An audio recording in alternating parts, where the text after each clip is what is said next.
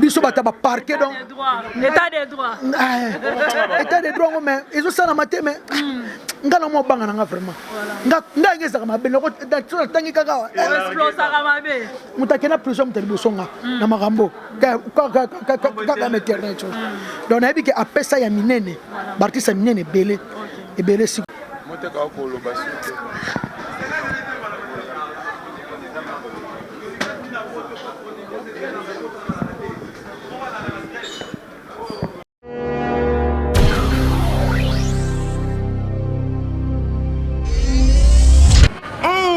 Information avec rapidité, sincérité, hein?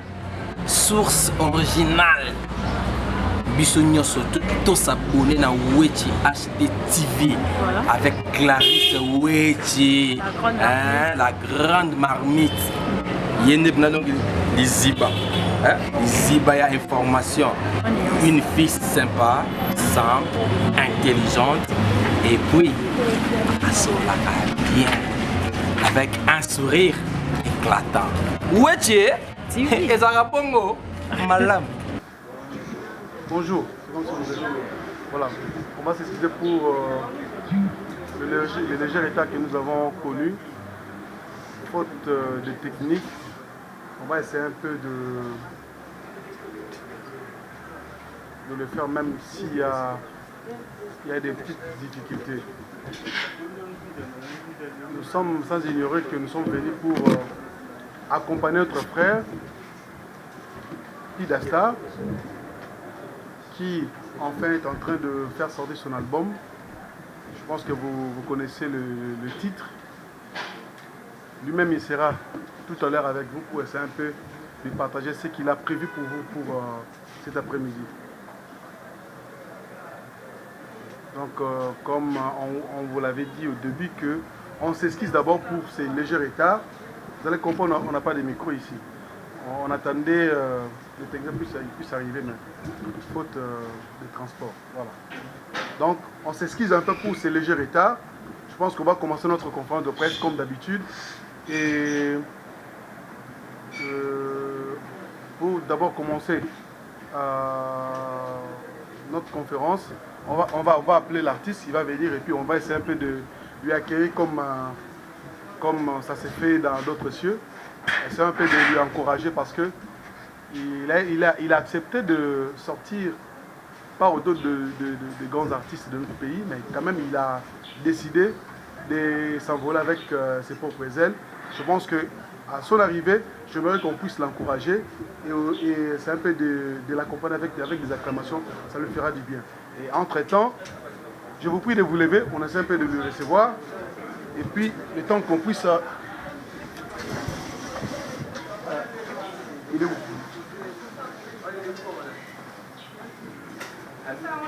Avec des acclamations hein, pour l'encourager. Hein. Faisons comme si c'était le vieux Wendo ou le vieux Taboulé. Il arrive, on lui acclame. Ça sera une bonne chose. Pidastar. L'artiste est là.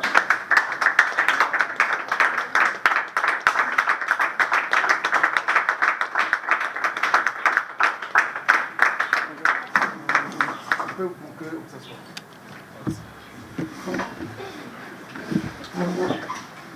Alors, je pense que l'artiste est là.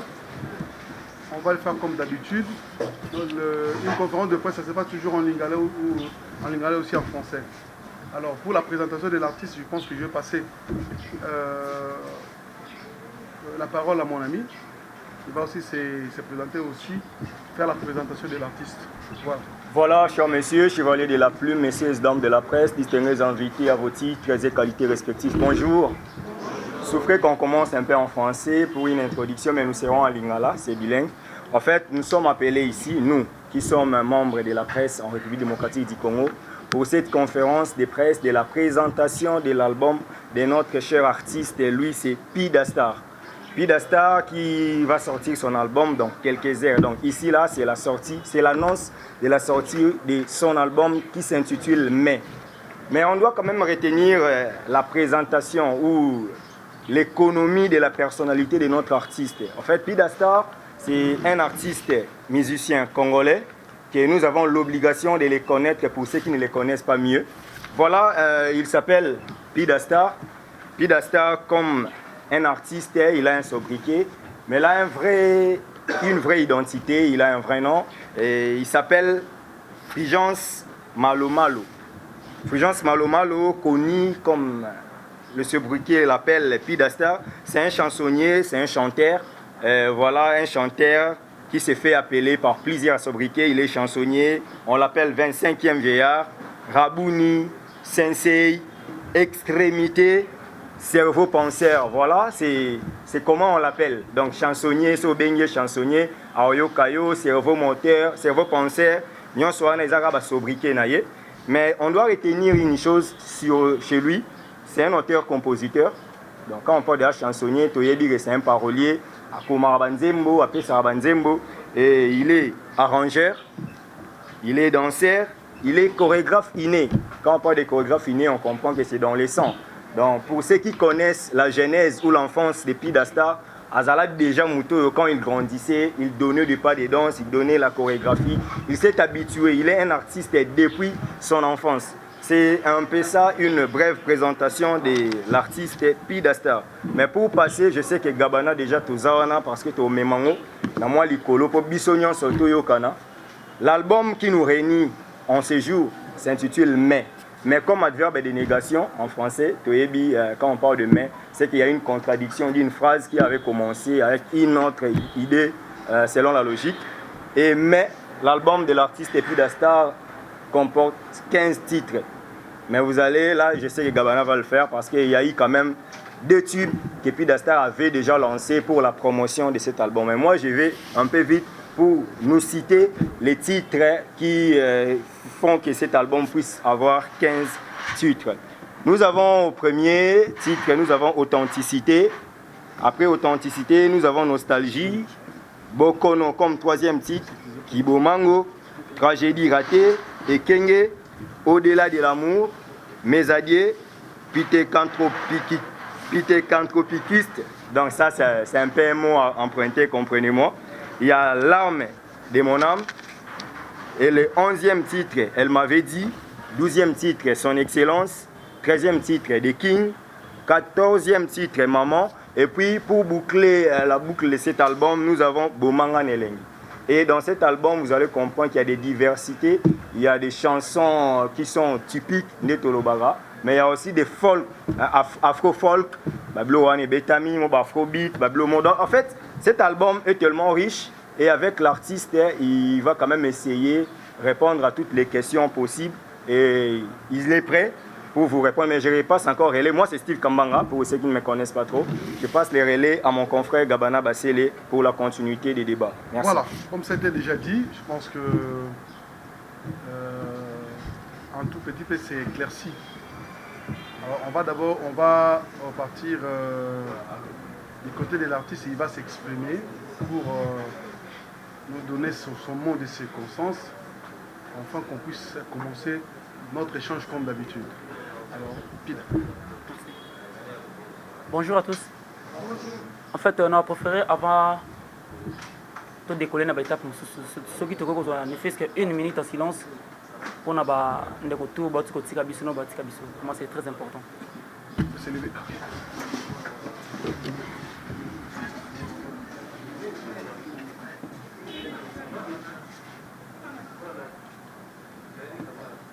Merci.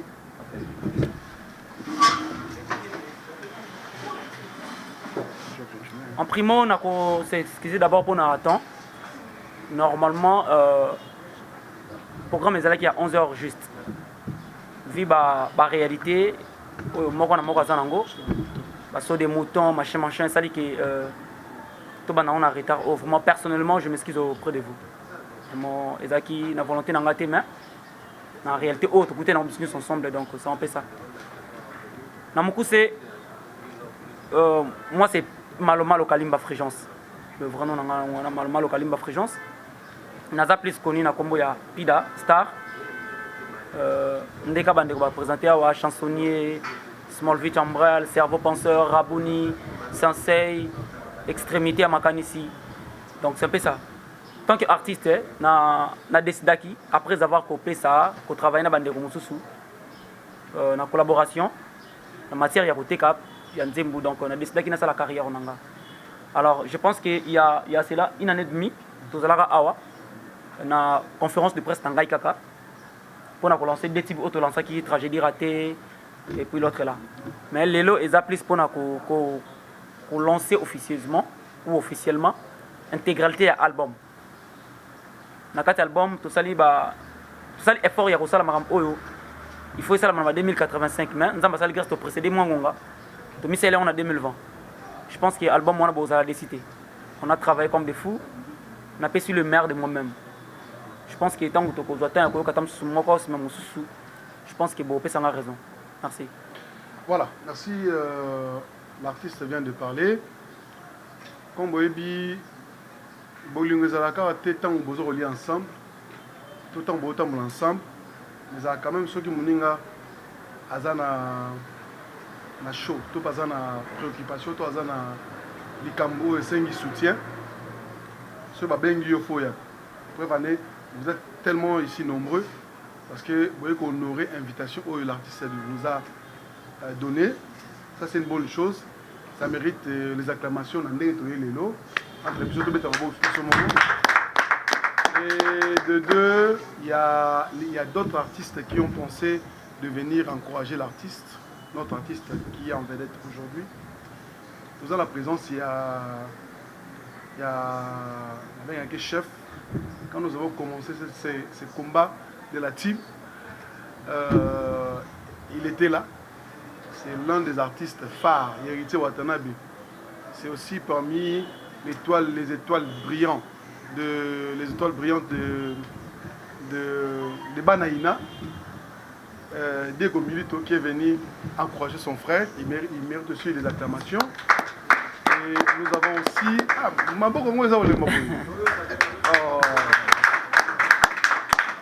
Bon, Diego Milito Zawana. Diego Milito, l'un de piliers héritiers Watanabe, a aussi fruit à Ina, où il a fait Ina, avec un congé frère Naïf Frigence, autrement appelé Pidasta. Alors, vous allez bon, on a Kissinjora, comme d'habitude, c'est la star. Hein? Kissinjora. Je pense que, oui, malgré que vous avez promotion héritier, mais vous avez donc, Kissinjora, nous avons la musique sans Kissi, avec accompagner. Yangona? Ok. Avec accompagner frère Naïf, vous avez la musique sans Kissi. Donc, je pense que Nabiso Toyawa, tu es accompagné, tu peux encourager frère Nabiso. Alors, je pense que l'artiste a assez parlé. Vous avez compris, vous avez plusieurs questions. Peut-être Bombela qui est pour tout solo Lelo. Je pense que on va commencer à procéder au Tomboli Liboko. S'il vous plaît, hein, tous un peu disciplinés. Pour les athlètes, je pense que Lelo Bena, titrement, m'a bêté, voilà. Donc, au Tomboli Liboko, on t'a choisi, tu viens ici parce que la caméra est à côté. Oui, au Télémiwana, on pose des questions parce que le micro, pour la question, voyez qu'on a bien exaté. Tomboli Moussapina, Baponio, oye, au pesi comme on a même ceux qui ont tu viens ici, au pesi comme on a au tourne des questions, aux zones la place na yo. Alors, tu as belé awa, attends des questions question moko des questions pour te bandeni ko accompagner. Voilà, donc je pense que tous au monde bandé ba jouer c'est parce que côté tout le monde parce que ba cameraman bazali. Donc on va commencer na Doudou Montiri. Après notre frère là-bas, le nom c'est comment? Un élément ajouté. Congo Star Télévision. Ok. On commence par Doudou Montir, après on prend notre frère de Congo Star Télévision. Voilà. Tu peux même ici. Je invité ba chansonnier Nyos. Tant ba tchaka libaya, ils allaient avoir un problème. Pour ça la peine comme vous fan de la radio, ils allaient avoir un kokoso. On a invité. Na vraiment trop sur nangai parce que na des compétences au nazanango. Jusqu'à présent, nous avons dit que bateau va dictionnaire na maile. C'est di basela ka tâche na bango na la tâche na ngai. Ndina ba kana verbe mingi et bembo c'est pour la nebali et envia kamali ya morte. ngazi bimbo na pula na ibale donc pite 4 picous eza français te eza anglais te eza lanté te eza mot inventé par ngai moko pite 4 picous so bo sepel nango boza linobertisé soki bo sepel na mona c'est que boza linobertisé par le linobertisateur l'inobertisation pesa français te et ce n'est français mais ça fait français te ouais na linobertisation pesa français te et ça fait un mot inventé par ngai définition nango ya on a pesa pite 4 picous eza sentiment ya bolingo oyo muto aza ko expliquer yango ti tant que inventaire ya mo ngam na droit pesa ngo définition nango donc pite 4 picous elingi koloba sentiment ya bolingo oyo mutu azo ko expliquer ti c'est ça eza chanson dédiée na madame Rosette Tcheo Simpala na kati ya nzembo wana to immortaliser Kofi Olomide parce que aza parmi artiste oyo quand même il faut dire la vérité tiens peu point en dingue naie ça n'a pas été parce que n'a pas ko travailler na Kofi Olomide comme preuve naza parmi naza l'un des premiers chanteurs oyo a vu chance ya ko ça la featuring na ser na biso Cindy au peut-être ko fa linga ko pesa ba tu chance te ba imba naie donc c'est un peu ça. Deuxième question pour la promotion pour la banzembo en fait stratégie na salika stratégie oyo na mona ka bandeko belé basala ka menga sala autrement na ebi na kati ya musique eloko ezaka passe plus za promotion ezaka studio te ezala clip te vraiment na préféré na profiter na souhaiter sous bienvenue na Ibraton piana parce que na moni na sepeli na taboche le parc vraiment pour le soutien na bino vraiment ça me va droit au cœur promotion en tout cas na ba stratégie na plus za na matière ya promotion parce que na kosala nzembo je pense que Diego Milito to vienzora to bande comme ça ba contredire ngate ba bi compétence na muke na matière ya kosala nzembo côté wana na za déjà bourré mais pour na ko reçure c'est-à-dire na kosala effort na sala promotion à la hauteur c'est pourquoi na boy ko bimisa album na ngande ba tout ba bimisa c'est-à-dire bimisa album brûlé na linga kina ba na conférence de presse na respect pour na bi sans bino sango na yo kendeti donc fallait na banda au travers bino présenter bino album officieusement et puis la matière et stratégie vraiment na to la promotion à la hauteur c'est un peu ça. Voilà, merci na sepelato to accueillir Ibrator quelque chose d'occupation na ma préférée pour accompagner frère na avec des informations. Voilà. Donc, on va prendre notre frère là-bas. Congo Star. Congo Star. Confrère Congo Star, question. Comme d'habitude. Bonjour. Question il s'est présenté d'abord Combo. Yannick Yangouba, journaliste sur Congo Star Télévision. Question en là, you speak English. Question en là, Pida Star, Awa, Outi au de la Bisoka, aux chanteurs, ou t'es carapé banzem. Naza chanteur, naza chansonnier. Oui, aux chansonniers. Chanteur, ils ont ba grand pote yale na ba Diego Milito ngana chansonnier au te carapé banzembo. Est-ce que Awa bimisi album ya sika? On va continuer kaka na koteka banzembo to éviter. Question na ngai yango. Merci. Merci. Frère na ngai Congo Star TV na ko répondre boy. Dans la vie, il y a les uns et les autres. Moi, je fais partie des uns et non partie des autres. Papa Lutumba pose à Lutumba, azaki na posa ko yembate.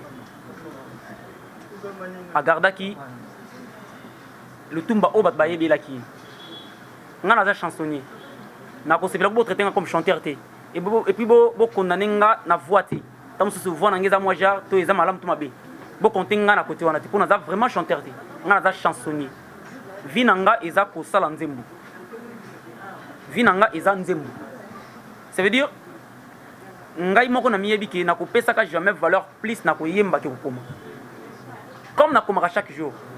Et que c'est très difficile na garder ba œuvre wana na zela ka 2 à 3 ans ya ko sala album. C'est impossible. Donc na tikali chansonnier kaka oboye batinga nazo connait toujours au travail na ba collaborer nga. Merci, je pense que comprendre. Voilà. Donc Franck Niembo. Très important aussi. Na bien cerveau penseur parce que na yebi onganaza.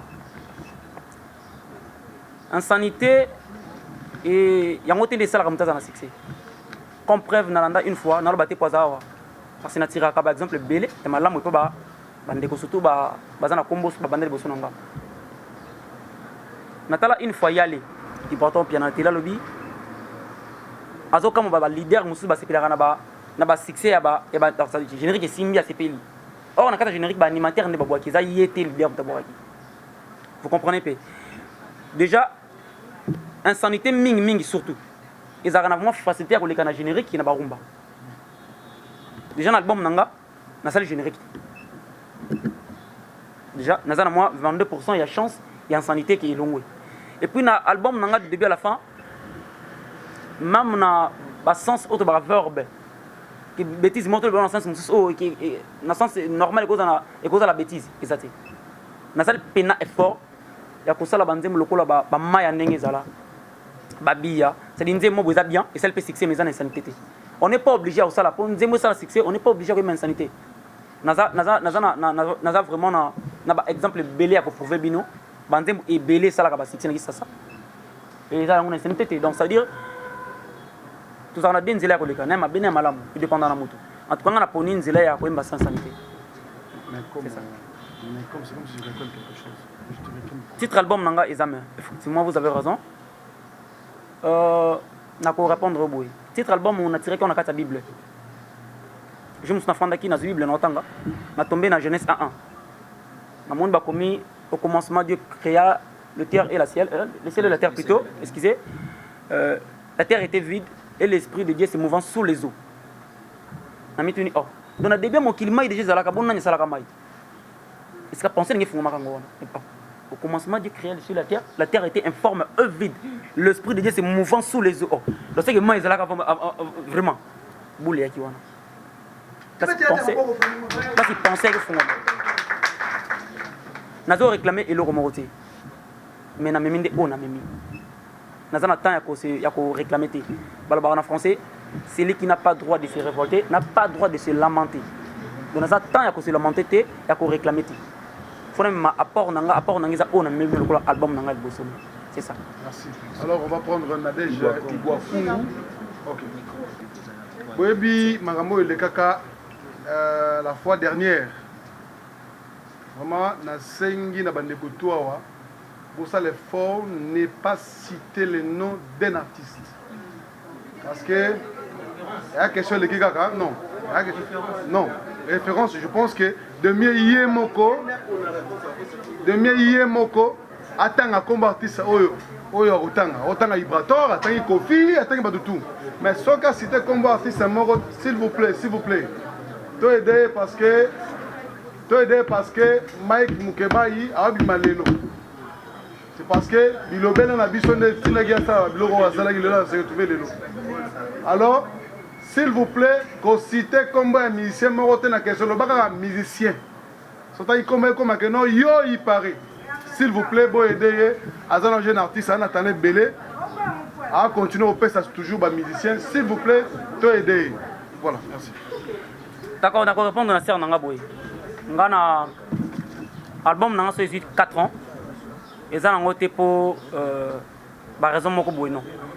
Nazaka na pour ma finance. Personnellement, nous avons un producteur qui est d'abord un. L'album nous avons un bandeliti suka ngai moko. Je pense que Bastar bakulutu bazawa bi passe wana ndenge zalaka. Faut foutre studio, faut ça la clip ya qualité ba niveau ba clip na sali wana sans sponsor, sans producteur.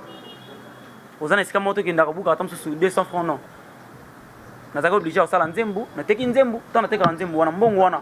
Il faut foutre studio le sous pour la banzembo mususu ya oteka mbongo wana faut foutre lango palais mbongo wana faut lango jean mbongo wana faut donc et ça les 4 ans en moins aux plus important et ça directé aux plus important ils ont réalisé projet oyo et ils duré wana nyos.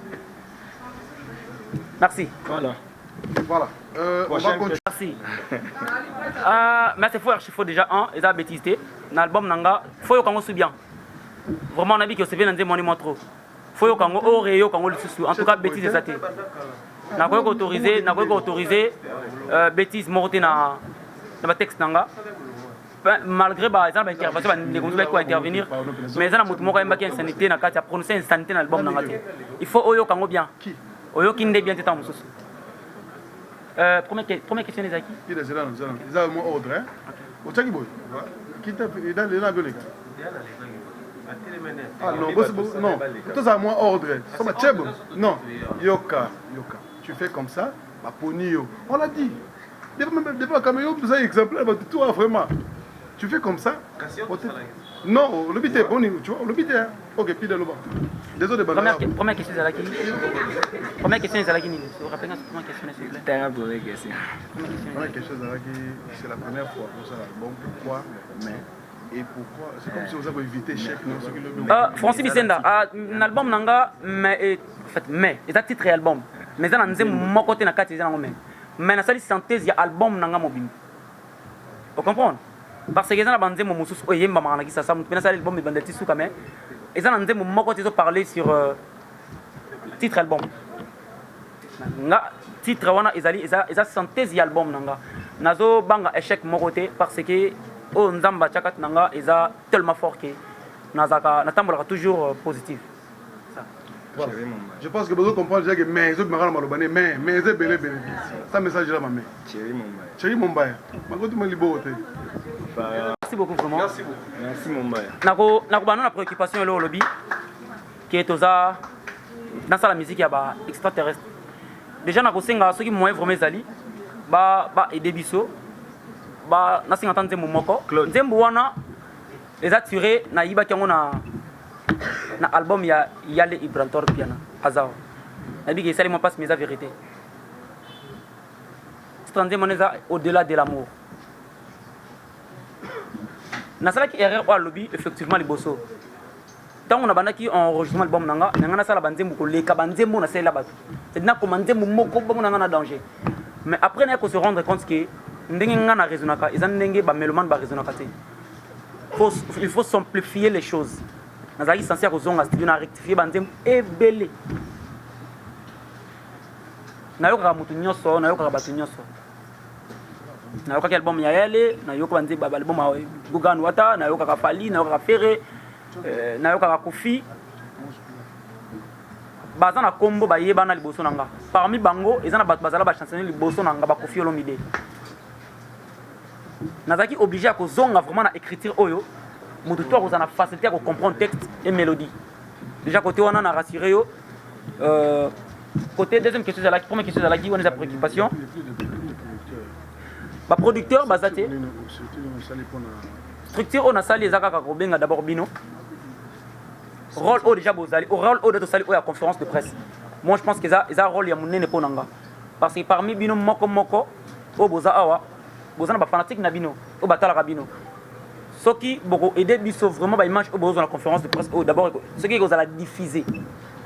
Il y a certaines personnes qui ont des conférences à tenir des questions aussi peu image mais au cas pour moi on a télé mon on peut aller parfois ça fait très mal. Or on a dans début de carrière tant on a du courage Jacobin Sabino Jacobin ça taboche le père chef na biso ya et ça pour un sentiment à communauté ils ont vraiment la raison moko très très capitale. Nabi importance na bino vraiment bino ndo contre faut aider nga ponga na sala tâche nanga na bandi yango lelo ça dit na sala quel bon na niveau promotion na bandi yango lelo temps na bengi bino ça déjà début à promotion comme ba mécène ba comme ba combattant ba producteur bazala discuter nga na sala part nanga en tant qu'artiste congolais bino petaki bande ko nanga ba congolais ba chroniqueuse obozawa bo portenga mais forte na ba chaîne na bino na be mission na bino bolobela kabiso soki moyen kozala nazana eloko kopesa bino te nanzemu nanga na biloko moko na lobi na sa mwasi moko na bi nazangi lola na lifelo ya kopesa yo mais le plus important nazana motema ya kolinga yo ezandenge mona bino nazana eloko kopesa bino te nazana mbongo te nazana mutuka te mais o nazana ngoza œuvre eza art na pesi bino tant que bande konanga côté na bino pe bo edenga bo changa poa na o beaucoup pesa lokola soutien à bien l'album nangai. Merci. Ok, bon, pardon Gabana. Avant qu'on continue, le roi Sengayo au-delà de l'amour. Et vous allez moi bien. Toyogi moi extrait wana. Hein, Toyogi moi extrait, il y a non, attendez. Et on doit il faut non. La Bible va communiquer en réalité dans l'homme, c'est l'esprit. Les talents ne suffisent pas. Appelez-moi Sensei Rabouni. Merci. Bon, tous moi 15 minutes, il y a moi repos. La chanson, c'est combien de minutes? 2 minutes. On évolue. Les blancs. Bon, on a un problème.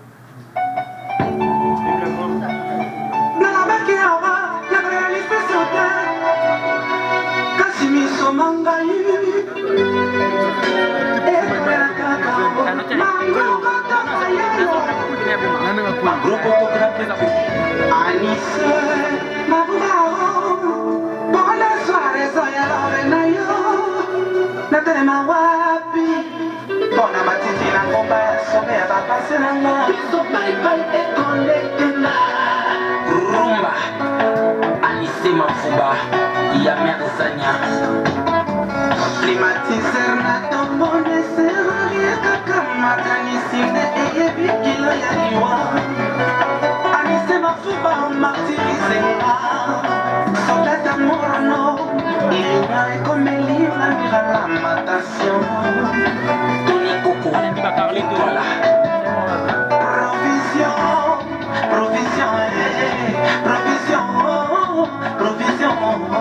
Provision ya konduna kashango ineserarie Mafuba komisi motima nanga sasipe na mawa lokola diplomasi ya kumbe ya matofolo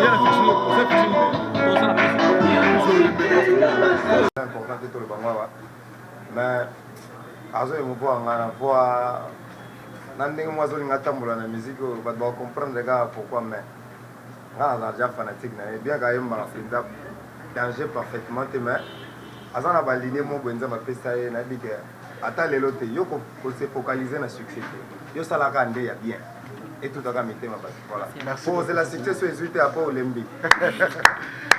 Alors on va continuer avec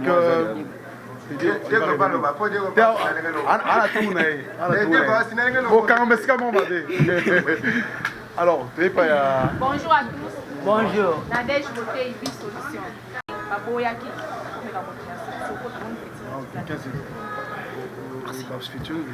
Featuring na kati ezali. Merci Beauté pour la question. Featuring ezali. Ndeko belé ba participer, ba mobé, ba bienvenue succès, ba Cindy les cœurs. Ba te belé ba participer. Na kati album oyo, na 15 titres wana. Ezana ba titre mzo na studio tisiko notre tout sien aussi. C'est-à-dire ezana version mususu, mais ça vient la version mususu. Parce que na album officiellement awa, na bato ba éviter tozana projet featuring avec Yale Brator Rezancourt. Na album officiellement. Donc tant mususu peut dans 1 ou 2 mois. Donc kozalaka abonné cet album oyo. Na bangi et loroté. Na bangi et loroté nga nazali ebembo esi polana ebali na bako na débit. Nazali ebembo esi polana ebali na envia kamali ya morté. C'est-à-dire na ngaki na pesa oyo ezalika nanga et puis c'est ça. Na bangi et loroté. OK.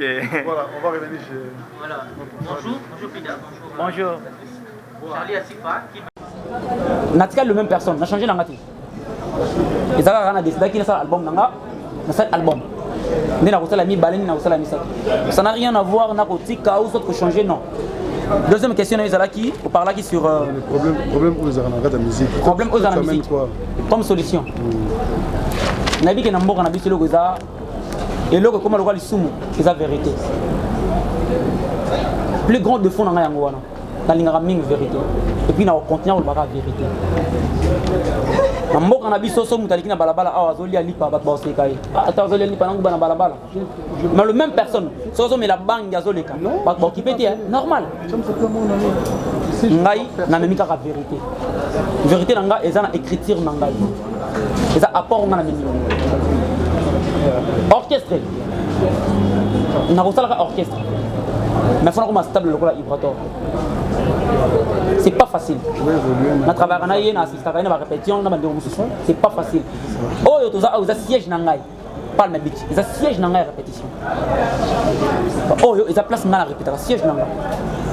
Mais bateau baya ka assister nga bako bisano ke parfois on travaille na bata simara. 7 8 na simara zo beta na na panza panza na me ko fuma fuma. Un album nanga ezana ba chanteur ou ba intervenir ba chanteur wana baza bandeko ba accompagner nga tant dans le besoin mais un chanteur mon côté akoya telemi awa ayembeli nzembe bandel tukazate ba bien ngote ba bika ba et puis na ba voko ba sala za ba voko na ba voko ngai moko na pesa parce que na boya ki mutela nga voko mo weza moi ja ba voko mo weza moi ja donc ngala komaki nzembe na ba voko na ba kyo nabi awe singa voix ya noko na bengi ya pardon edenga. Soit faut que replaquer les gens, c'est quoi ça ma couleur. on travaille avec Bongo. Donc, ceux qui n'ont pas l'orchestre, n'ont pas ça. Mais à l'instant, on travaille dans un groupe d'accompagnement. Oh, parfois, d'abord, j'ai un déni, j'ai un tenté. Aïe, n'a pété. Au bien, ils ont Bongo. Orchestre, on a ça comme album de Jésus Bima. Tam se singa production. Oyo kolanda na ko kenda ko benga ka baptiser moi passi. Oh, Congolais dans la culture, il y a un groupe d'accompagnement vraiment. Batbana culture wana te. Et puis on a le baka batba on a mutu na bango lelo. On a bango officiellement le bosso la caméra musicien mutu azalaka te. Musicien mutu azalaka te. Kyo musicien ngate musicien mutu azalaka te. Un artiste indépendant. Collaborateur. Musicien mutu azalaka te. Donc ko ça orchestre, non, ça peut orchestre te. Groupe kaka. To ko benga. Nani yala le baka ke. Président d'orchestre de la RATP, on a un monopole des chefs d'orchestre. On a un chef d'orchestre. On doit coordonner, c'est ça. Pour ce bio comme orchestre, moi, président. En tout cas, on a côté on a vraiment. Et puis, la carrière, on a ceux qui ont salarié et belé lobby. Beaucoup on a monté na bino, ceux qui ont salé 1000 ou 100 chansons, tant que nous avons embadé. Album aux albums nanga les bosso, pétant aussi à na le baïsou kati. Mes albums n'ont peut-être on a mis banding mais belling à beaucoup. Le reste en tout cas comment on a un mboga n'angai ya comment. Non maintenant on a rumba. National le on a c'est-à-dire ceux qui album n'ont pas 10 titres. Bah maintenant on va la conférence de presse oyo. Bah elinga. On a na poste na yemba ye lobby. To sololi. Mais nanzem butam on a na yemba ye. Tam na soliste. Yale ayembelanga. Ngana komi na cette mélodie. Yale ayayembi nzembo esenga milité parce que banzembo ebele rataka bongo banzembo ebele na vie na carrière musicale mo bena nzembo za timbre noté mais tellement que yende ka nani faut yemba ça nzembo ko loupé pour dans timbre noté ça identité na yoté pour na rumba pour na musique na album na sali ka rumba te na sali musique ntan na zo yande kuma tuninga singa pida star sali musique internationale te musique malboso na musique internationale na comme fort donc il y a la musique internationale comme la musique. Bref, n'est pas qu'à monter. Ça va bandir mon français. C'est pas français. C'est pas il connaît R&B là. Ça peut ça na salle musique na salle musique. Na salle style belé, na salle afro folk, na salle R&B, na salle slow. Na c'est l'arme de mon âme. Et ça slow. Et ça slow. Et ça rumbaté. Et tellement que ça na lingala, ba tu muni bisokara, o ko betano jazz. Na sembi kana lingala ben en rumba. Pourquoi ça la merengue? Mais tellement que maintenant l'ingala, bah bien en rumba. Non, la salle musique en général, c'est bref. Donc bref, on a la salle musique. Bien on est beaucoup yoka, beaucoup jugé. On a la salle musique. Place où penser, nous avons donc, oh nous avons checké quand on a bimisi. Et ça la slow, et ça la jazz, et ça la rumba, et ça la salsa, la salle musique. C'est ça. Voilà. On va faire. En fait, cher ami, je suis content d'être là. Félicitations. L'artiste est marié, Jésus Lano. Félicitations. Comment la droite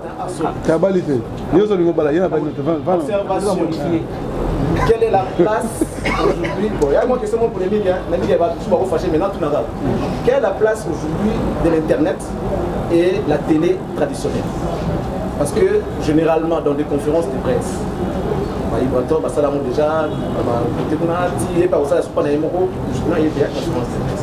généralement tout le monde a ils ont un bateau ceux qui on dirait conférence de presse, c'est-à-dire les comment on les appelle déjà? Les professionnels des métiers qui savent comment traiter la musique et l'information. Les professionnels, je dis bien professionnels, qu'on appelle chroniqueurs de musique. Tu as besoin de ces gens-là. On a début à lancement à carrière à début. L'internet, place dans les années, la télé traditionnelle, c'est dans les place dans les awapi, parce que là-bas ne souffle pas la réponse, s'il vous plaît. Place dans les années. Parce qu'apparemment, je dis bien, je respecte mes amis qui sont là. Moi, on peut cette information brute. Moi, dans les abords, on peut savoir la conférence de presse. Le traitement d'informations, comme quoi vanter et donner la valeur de l'œuvre, ça ne se fait que chez les professionnels. Dans mon livre, à part du Montier qui est mon ami, dans la modération, moi je ne me cite pas, je ne sais pas ceux qui va combien. Il y a Franck qui est là. Ouais, il y a Steve lui-même qui est là. Majorité des alliés Internet. Mais la conférence de presse, on a d'abord les professionnels, après nos amis. Mais on ne suit pas les amis. Pourquoi on a privilégié plus Bandeko? On a privilégié Bangote. Mais on a bien moins belé pour la promotion à Libanda. Comme preuve, il y a un internet, il y a la télé.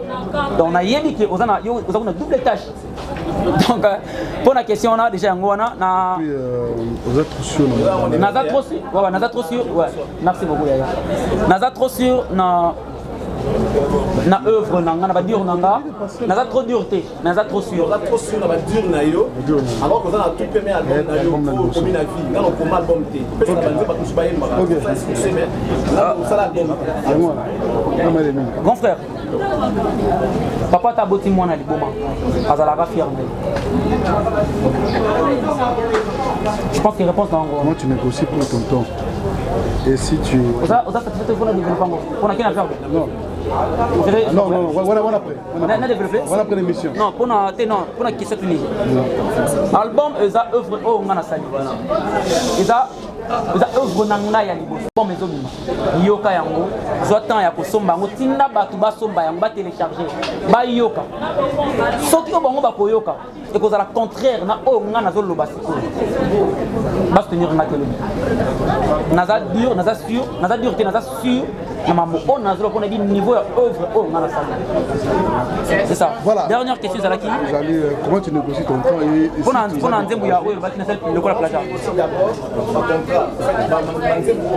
d'abord, justement, au Yayembi.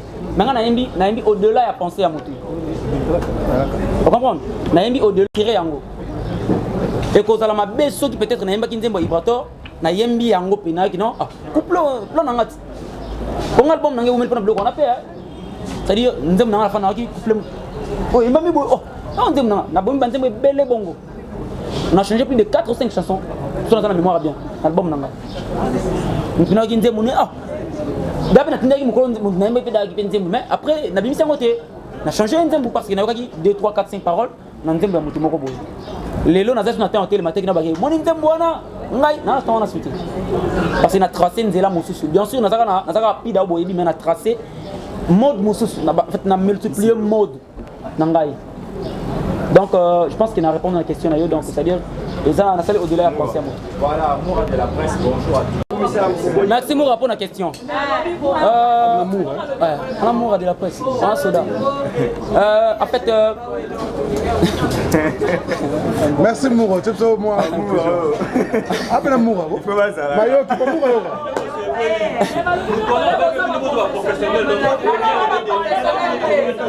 Bon, moi je pense que Moura est président, s'il vous plaît. On évolue s'il vous plaît. Moura, merci pour la question. Malgré que mon est pété. Donc on réponse à Moura encore. Moura ça. Ok, merci pour la question. Moura, Naza. Non, toi souffrir là. C'est bon. Tolérance. Bon, il y a ma monétisation à TV. Attends, je vais m'occuper. Ok, ça va, c'est bon. Ça. Il y a fait d'abord Ongai Naza Nango lokola ah. Ce qui n'a pas posé à interpréter Nzembo moko ya moto. Les hommes abétés parce que nga nous connaît. Moura, je pense que zoka réponse tanga. Nga naza nous connaît na public té. Na bandi yango siko komi yebanisa na public. Et kozala mabe mingi té que lobby ce que okutanga na papa na zobe. Papa na ngai basa kuchuma mama na ngai boloma. Ai balobaka pe fena utamboka tena kula na kisasa na botama na kisasa.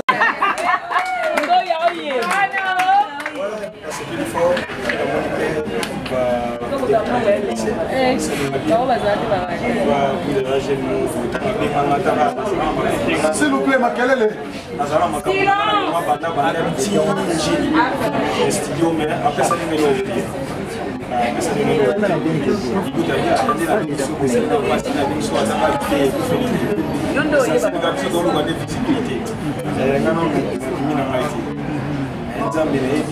qui est dans le bien, ici, même si tu es dans le déjà, parce que mon est dans le déjà. Mais pas faire la on a un robot, ça a été, on prend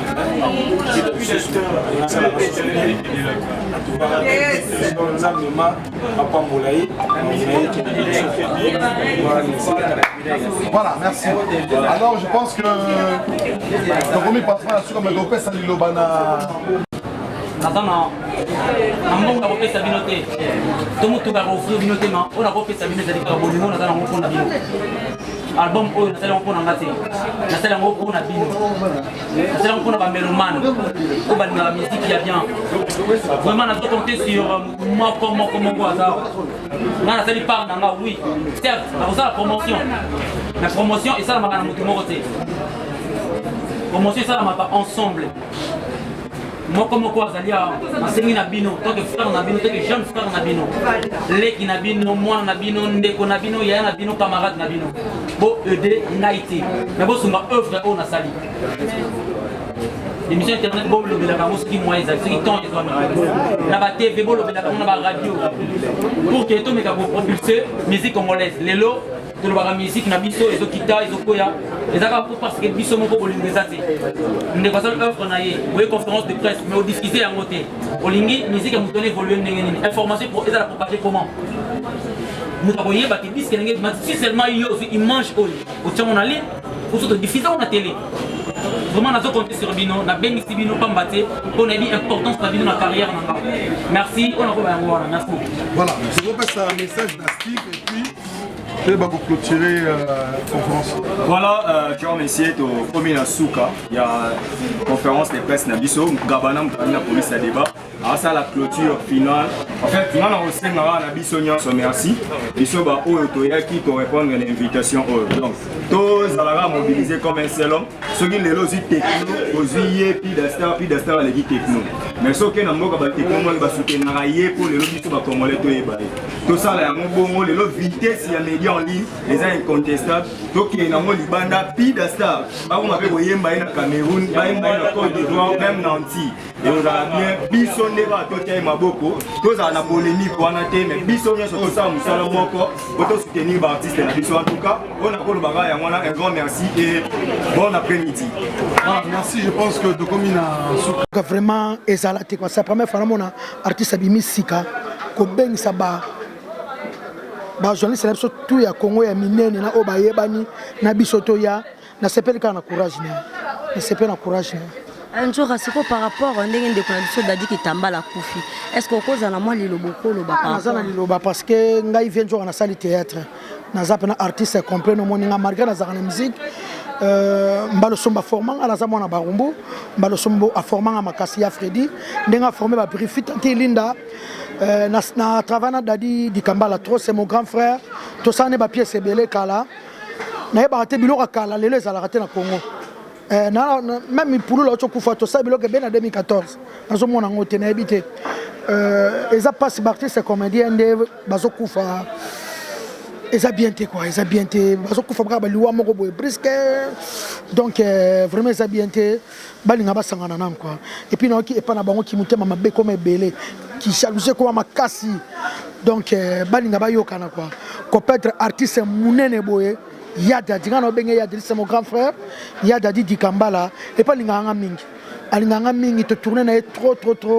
En tout cas appel mana kimia quoi. Trop zala wana. Oui, merci beaucoup Yanzo. Lecture nous est par rapport il y a album mais il y a artiste na bito mais ba titre na ki wana. Ezo bank sanga déjà. Na mo déjà simbi. Donc ba titre déjà mais. Ce que tant ba titre za na kati. Yango alobito vanto yo kangona na kangona na yebi ono est-ce que vous souhaitez que voit que l'artiste non ba Flair ouais ba Flair rebelle na pida star ngana za fan na ye ngam na longwa sepe pa la poste ngam na se longwa na sepe na longwa mutu oyo mama kamozane beloko sa yo moko donc longwa yango moni lelo 4 ans asali musala na ye pona zo apesere na yo kango na kanono banzembo apesa ba mise minene banzembo na mboko ba artiste minene ba wana ka biso ba wana na bango base bele ba wana ya communication tam ko ba mutu biso bata ba parquet donc état des droits état des droits mais ils ont ça na maté mais ngala mo banga nga vraiment nga ngeza kama bele ko tangi kaka explose kama be mutakena prison mutalibo songa na magambo ka internet donc na biki apesa ya minene bartisa minene bele et bele siko ba bonne chance na ye akene liboso quoi. Merci beaucoup. Merci chérie. Merci Alelo ndengo assiste mon ele kindeni. Bon, malgré la communauté, mais na zap na esengo na oklatuni baninga so na ina retard na kuti na yeba kipete mais lokola aza mwana yanga na linga kai mingi asali pe ya mingi na lobi ka nzambe apambola na yo kite yango na olelao na lobi na yo kite mais na yebi na savoir faire na yebi nzambe apambola donc le ka baninga balobi en tout cas il a bien parlé abeti kitoko nzambe oyo apambola ngai apambola Yamba lorsque conseil ni okopesa na monde o affronter lelo na monde o affronter eza na d'ailleurs kokoma non déjà commis tata ya bana donc il faut ça na motema munene ba musicien bazana le roi bana basi oyo koyena ki fier na ye oyo kosala na bo yaza la ka motema munene ayo kaka mutu moko te ayo kaka yo kiawa yango nde kosala munene na ye tellement alingi musala wana atia liboso nzambe liboso et puis po ba musicien baza le roi basa ndumba d'ailleurs ye moko aza mutu to ko lobele yango te ata oyo alongwe bato ba koya wana izaka pona ye nde mutu dikolo histoire donc il faut ça na motema munene avant na pe na bango muke monani ali na baninga donc c'est ça au conseil ngala opesa ye yango wana po ba mission ya biso lelo aba ye wana ko diembela d'ailleurs ba ko beta le bon mesimbi o kuna keira ye guitariste akosala orchestre kingandi no bosani nengo yaki obosani histoire ke ye musosu afandi wana butu ko kanisa osala ndenge ni osana ya moi alors ça mutema munene musala musique eza pasi koleka bilanga donc nenga affronter alemba te aza mo mbali aza no jeune et aussi ma déjà simbi déjà pepel liwaya ndeko na biso artiste na biso Dadi Kitambala moi mes condoléances na famille ouais wana leki na ngomoni na nenga respect na longo ino chapeau ça na ba condoléances na famille biologique na surtout na moi c'est na biso na bana vraiment na yebi moi c'est na nenga linga mbai na yebi lero azoka nga kuna komi ata kuna te po so kwa moninga na ebité ngai kuna ko ka makambo wana te donc naza choqué na otobosani polulu te mais mususa kwe isusu nzoko ya lokwa nzoko musu kwe donc na komi ko yoka na soni mais et au sala mandenge ni po isi salami alors soki zaka nzambe merci po yende mutapesaka yepe mutazwaka alors eza moto na nzela na ye ba mususu za lokwa tomati na bis moteka ko lo basu.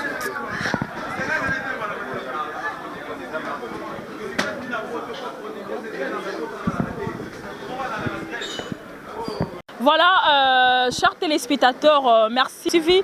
On est arrivé presque à la fin de cette émission, mais toko fanda bongote sans toutefois tolo baete. To uti li susu kolela, to bandi li susu kolela. Koko et beta mi li susu nanda kwa Dadi Kitambala. Kisikitomisa tapis rouge, artiste labino oya sepeli sabino asala banzonzingi ya danger, asala ba film à canon. Mobala bandeko kumisa lisusu alobi mobala pembe mobala kitoko kisukitomisa tapis rouge l'homme en question une ne plie atiki biso tosengi kaka amna ye et se reposer na kimia vient na Dadi Kitambala kisukitomisa vient na sexanga fort vie sona okanisa barabi mavinga bazala babongo Sanderson bazala vie azo sexanga la kimbati ke toketa la ba orphelin Kota de la foi, pasteur de la foi Zalaka. Donc souvenir mort on a un vieux en paix à son âme vieux. Tous on comprend ni nous sommes comme il est artiste. On ne sait pas. Mais merci amis internet bino Bolanda qui artiste na bino Pida Star a sali premier album na mais bon découvrir ça na 15 chansons. Bon découvrir, ils ont 15 titres, je crois. Bon découvrir, excusez-moi, ils ont 15 titres. Bon découvrir artiste Nabino. Petit à petit, bon soutenir, Yendenga Sengi Kaka. Na ba plateforme, nyon surtout boyo kaye. Na pesi bambote nanga na cache na Kanfufu. Na pesi bambote nanga na vient nanga Alexis Chikamba. Na bosanité la japonaise, moi ça mbinga babi EM. Moi, ça me la japonaise, toi-même tu sais là où tu es, voilà. Naza vraiment la titi d'agolo bébé, te mon kona le lepo, naza la titi d'amawa, na kole la vie, nanga dedi ki tamba la kisikitomi, sa tapis rouge mon vieux. Déjà na tongo tozala ki wana bientôt na we TV, na matika songo TV borola na déjà bilili et puis to make up sous kolobela vraiment ba Eva vie parce que tara vie, tara mobala motandu, tara tapis rouge. Voilà, merci. On se retrouve la semaine prochaine. Bye.